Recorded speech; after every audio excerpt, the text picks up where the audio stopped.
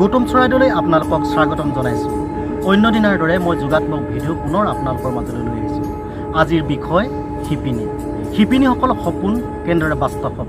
আৰু সেইসকল শিপিনী বাস্তৱ ৰূপ কৰিবলৈ এজন যুৱকৰ উদ্যোগত গঢ় লৈ উঠিছে উজনি অসমৰ চৰাইদেউ জিলাৰ আতালত এটা শিপিনী স্থান। এক কথাত ক'বলৈ গ'লে উদ্যোগ, যিটো উদ্যোগৰ পৰা প্ৰায় দিনটোত 500ৰো অধিক ইয়াৰ পৰা গামোচাৰ পৰা আৰম্ভ কৰি বিভিন্ন বস্ত্ৰ উৎপাদন হ'ব, থলুৱা বস্ত্ৰ উৎপাদন হ'ব আৰু ইয়াৰ পৰা বিভিন্ন স্থানলৈ যাব। আৰু বহু কথা আছে, যিখিনি কথা আপোনালোকে এই ভিডিঅ'টো প্ৰথমৰ পৰা শেষলৈকে চাই থাকিব, আপোনালোকে জানিব পাৰিব। বলক আমি এতিয়া ভিডিঅ'টো আৰম্ভ কৰোঁ।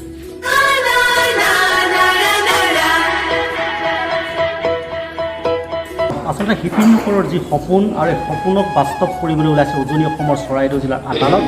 আতালত থকা এটা যি আচলতে এক কথাত ক'বলৈ গ'লে শিপিনীসকলৰ এটা উদ্যোগ, থলুৱা বস্তু ইয়াত উৎপাদন হ'ব আৰু এই উৎপাদনসমূহ বিভিন্ন স্থানলৈ যাব আৰু বহু শিপিনীয়ে সংস্থাপন পাব। আৰু মই সেইবাবে আপোনালোকলৈ আজি যোগাত্মক মই ভিডিঅ'টো লৈ আহিছোঁ আৰু আৰম্ভ কৰিছোঁ এই ভিডিঅ'টো। আৰু মই এতিয়া প্ৰথমে দেখুৱাই লৈছোঁ, মোৰ সহযোগী ভিডিঅ' জানিছোঁ দেখাবলৈ অনুৰোধ জনাইছোঁ। এনেদৰে আচলতে চৰাইদেউ জিলাৰ আতালত খুব সুন্দৰকৈ প্ৰতিষ্ঠা কৰিছে এটা উদ্যোগ, যি উদ্যোগটো আচলতে থলুৱা বহু শিপিনীয়ে ইয়াত অংশগ্ৰহণ কৰিব পাৰিব, তেওঁলোকে সংস্থাপন পাব আৰু তেওঁলোকে ইয়াত উৎপাদন কৰা যি গামোচা বস্ত্ৰ বিভিন্ন ৰাজ্যলৈ ইয়াৰ পৰা যাব। এক কথাত ক'বলৈ গ'লে এক সংগ্ৰাম, স্বাৱলম্বিতাৰ এক সংগ্ৰাম বুলি ক'ব লাগিব। আৰু এই সংগ্ৰামৰ ছবি দেখুৱাবৰ বাবে মই গৌতম চৰাইদেউ আজি আপোনালোকক লৈ আহিছোঁ গাঁৱৰ অতি ভিতৰুৱা অঞ্চলৰ আতাললৈ।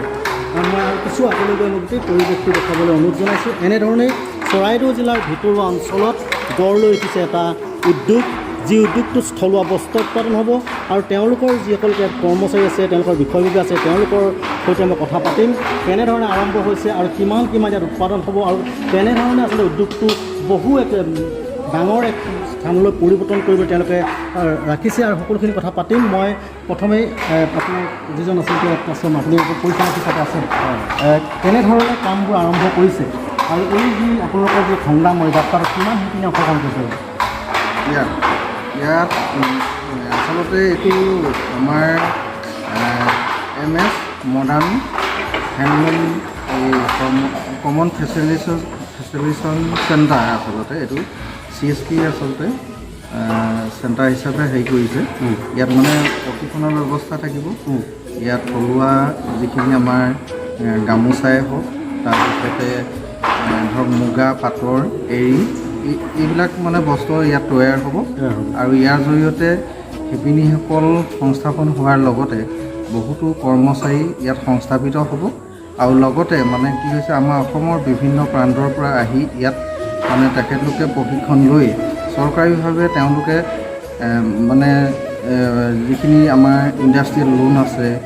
হেৰি আছে, তাৰ জৰিয়তেও তেওঁলোকে পথ মানে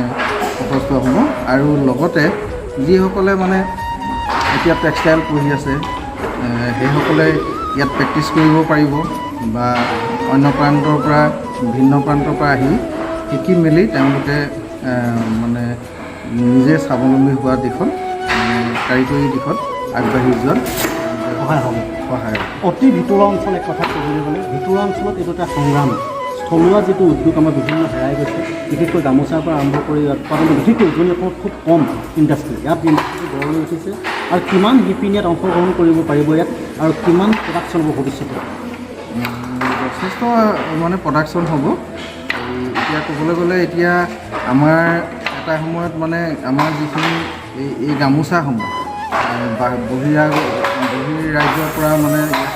আহিছিল আৰু সেইবিলাক এতিয়া চৰকাৰে ইতিমধ্যে বন্ধ কৰিছে। অকল বন্ধ কৰিলেই নহ'ব, কিন্তু প্ৰডাকশ্যনটো লাগিব। তেনেকুৱা এটা লক্ষ্য উদ্দেশ্য ৰাখিয়েই মানে আমাৰ যিজন অনাৰ মানে লাচিত গগৈ ডাঙৰীয়াই ভাল এটা পদক্ষেপ লৈছে। আৰু CSP চেণ্টাৰ মানে খোলাটো খুব মানে সম্ভৱ নহয়, কিন্তু কি হৈছে অসম্ভৱ কাম এটা তেওঁ সম্ভৱ কৰিবলৈ আগবাঢ়িছে। আৰু তেনেধৰণে আমাৰ অসমত খুব কম পোৱা যাব, আমি বাহিৰত পায় কমন ছাৰ্ভিচ চেণ্টাৰ, ইয়াত কম, কিন্তু ইয়াত কম। গতিকেলৈ এইটো খুব ভাল এটা হেৰি। আপোনালোকৰ যিটো উদ্যোগ, আপোনালোকৰ যিটো উদ্যোগটো ধৰি লওক কোনোবা শিপিনী যদি আহিব বিচাৰে, শিপিনী ধৰি লওক আহিব বিচাৰিব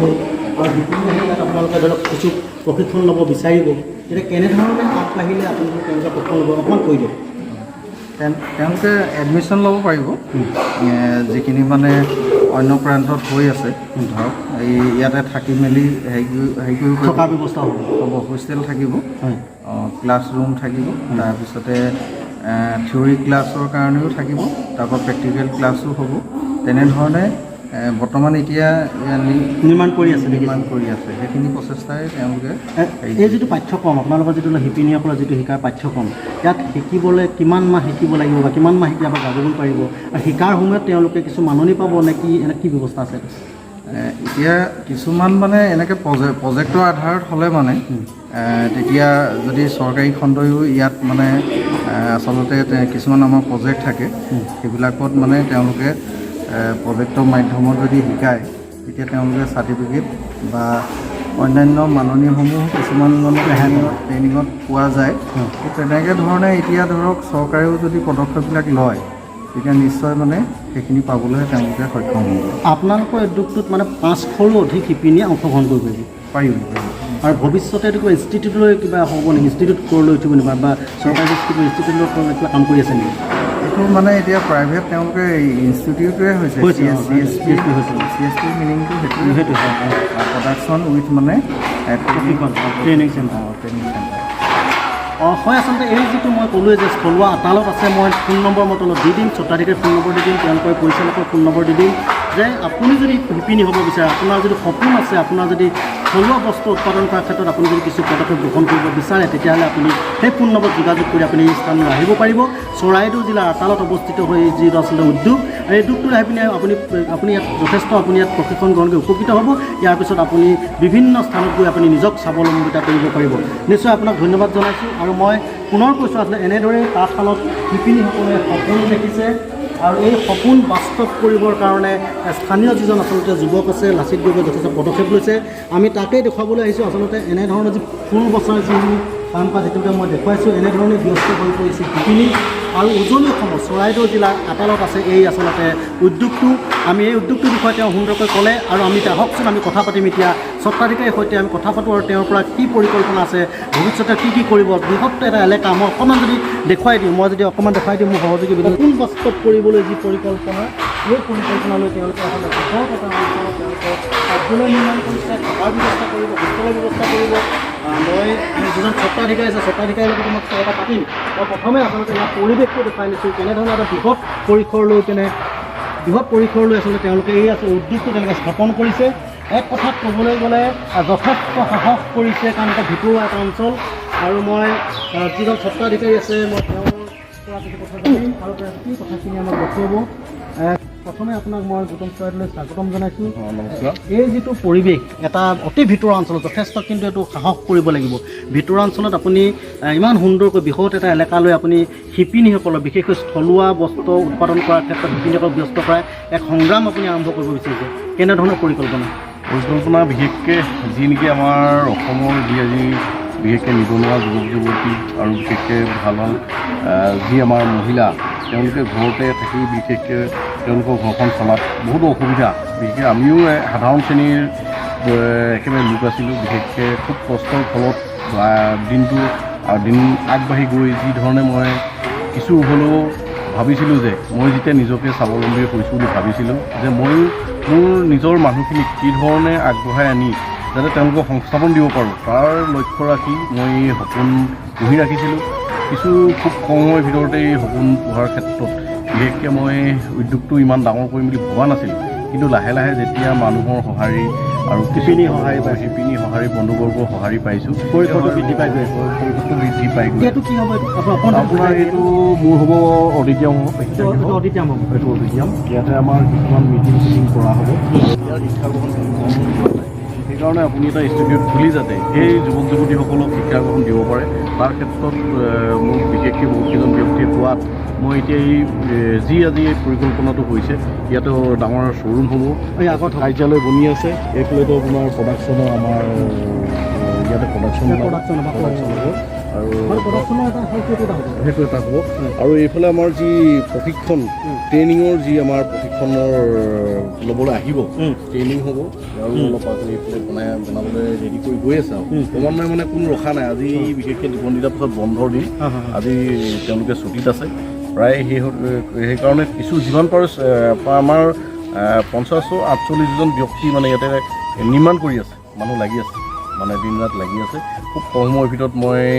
ৰাইজক এই মানে উদ্যোগটো আৰু সম্পূৰ্ণতা লাভ কৰিবলৈ মই জানুৱাৰী মাহৰ ভিতৰত মানে সম্পূৰ্ণতা লাভ কৰিম বুলি মই আশাবাদী। বিশেষকৈ ভালো লাগিছে আৰু এনেকুৱা এটা অনুষ্ঠান কিয়নো কি মানুহ সংস্থাপন দিয়াব পৰাটো এটা ডাঙৰ কথা, ভাল লাগিছে। আৰু আমি যেনেধৰণে কষ্ট কৰি আজি ধৰক নিজকে আজি স্বাৱলম্বী কৰিছোঁ, আজি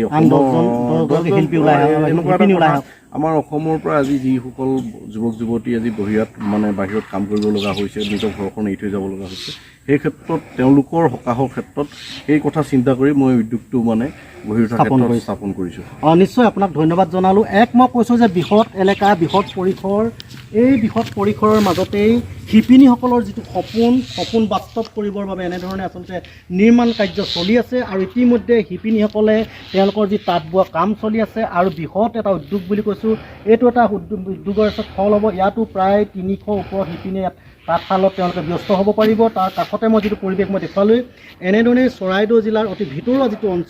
ভিতৰুৱা অঞ্চল বুলি কওঁ মই, উজনি অসমৰ চৰাইদেউ জিলাৰ ভিতৰুৱা অঞ্চল আতালত এনেধৰণে আচলতে শিপিনীসকলৰ সপোনবোৰ বাস্তৱ ৰূপায়িত হ'বলৈ গৈ আছে। আৰু এনেধৰণৰ সুন্দৰ সুন্দৰ ভিডিঅ'লৈ মই পুনৰ আহিম। খালি মই আপোনালোকক এটাই কথা ক'লোঁ যে আপোনালোকে যদি শিকিব বিচাৰে তেতিয়াহ'লে মই তলত ফোন নম্বৰ দি দিম, ফোন নম্বৰত যোগাযোগ কৰিব। আপোনালোকে নিজেই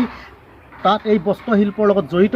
হৈ নিজে স্বাৱলম্বিতাৰ এক পথ যেন আপোনালোকে দেখিবলৈ পাব। ইয়াৰ বাবে মই যোগাত্মক ভিডিঅ'টো আজি আৰম্ভ কৰিলোঁ। আৰু সকলোকে ধন্যবাদ জনাই গৌতম চৰাইদেউৰ পৰা মই বিদায় লৈছোঁ। যদি আপোনালোকে ভিডিঅ' যদি ভাল পালে তেতিয়াহ'লে লাইক কৰিব, শ্বেয়াৰ কৰিব, আৰু আপোনালোকে মোৰ ইউটিউব চেনেলত গৈ আপোনালোকে মোক গৌতম চৰাইদেউ পেজত ফ'ল' কৰিব, আৰু ইউটিউব চেনেলত গৈ আপোনালোকে ছাবস্ক্ৰাইব কৰি দিব যদি আপোনালোকে ভিডিঅ' মোৰ ভাল পায়। পুনৰ নতুন ভিডিঅ' লৈ আপোনালোকৰ মাজলৈ আহি থাকিম।